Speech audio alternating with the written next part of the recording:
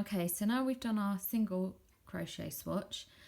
I'll put a link to that video underneath in case you missed that one. You want to look at single. We're going to look at double crochet. Firstly, we're going to make a slip knot with our yarn. If you're in the UK, this is referred to as a treble. I know it can be confusing when you're starting. I tend to use US terms. So I'm just going to chain, try and keep it loose. 3, 4, 5, 6, 7, 8. So I'm going to make an initial chain of 10. Then these here are the back lumps that we're going to work into. What I'm going to do first is chain another 3, which some people count as a stitch. I tend not to. I actually generally tend to just chain 2 at the end of the row when I'm working in double crochet, but I don't count that as a stitch. But for here I want to create a bit of space, so I've created an extra 3. So then we're going to yarn over, so that's yarn from back to front of the hook, and then we're going to work into the 4th chain from the hook. 1, 2, 3. So we're going to work into this little back loop here. So we're going to just insert the hook underneath there, and we're going to yarn over and pull up a loop. So we've got 3 loops on our hook. We're going to yarn over again and pull through 2 loops. Yarn over again and pull through 2. And that is our first double crochet, and you can see where you've got the chain 3, so you can see why people like to use that as a stitch. It's just a little bit thinner and tighter. So we're going to repeat that. So yarn over, back to front, insert into that next little hump there, and see the worker down the middle, yarn over, pull up a loop, 3 loops on the hook, yarn over, pull through 2 loops, yarn over, pull through another 2. So that's the second one made. So we're just going to carry on in that same way across the row.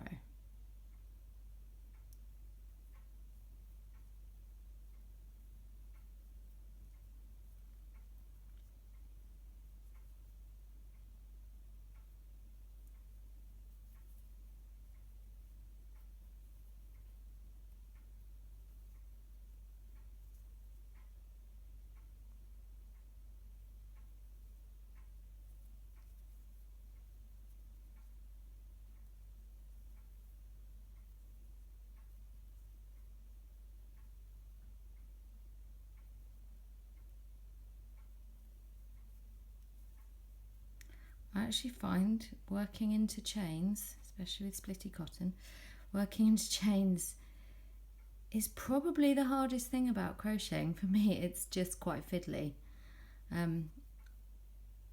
So if you can do this, you can do anything.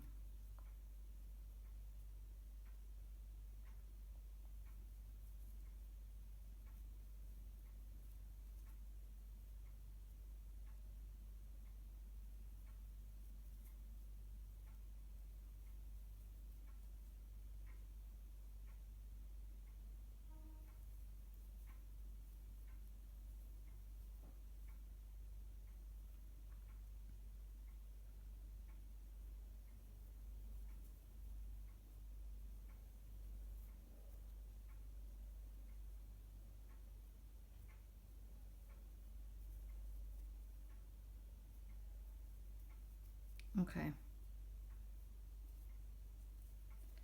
so that's our first row of double crochet. That's the hardest bit done. All we're going to do now is keep going. So I'm actually going to chain 2 this time, which is what I normally do at the end of the row, and turn it. And then this here is my first stitch. Like I say, some people like to count this, they chain 3 and they count that as a stitch. It's just my preference. I don't. There isn't a right or wrong. You can see here, these are all the top of the stitches, these little V's, and we're going to work underneath those 2. So yarn over, insert the hooks, that's going under those 2 V's, yarn over, pull up a loop, yarn over, pull through two left on the hook, yarn over, that's the third, pull through two. Let's do that one more time. Yarn over, insert under those V's, yarn over and pull up a loop, yarn over, pull through two, yarn over, pull through two, yarn over, insert, yarn over, pull up a loop. So you go 3, 2, 1. So we're just going to carry on across the swatch with that.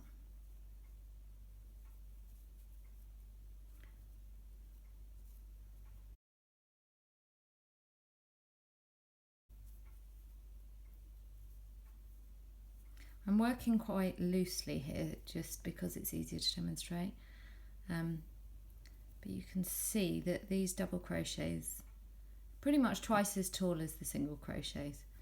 So if I look at my single crochet swatch, you can kind of see that's one little row, whereas this is one row. There's quite a lot more space. This is a lot denser. So you soon start to learn the difference in the different stitches.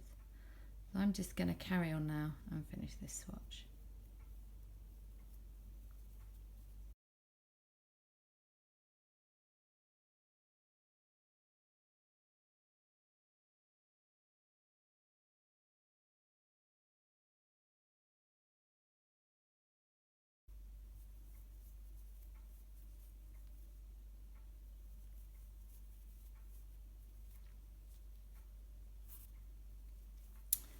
Okay, so there's my swatch. I've got 1, 2, 3, 4, 5, 6 rows there.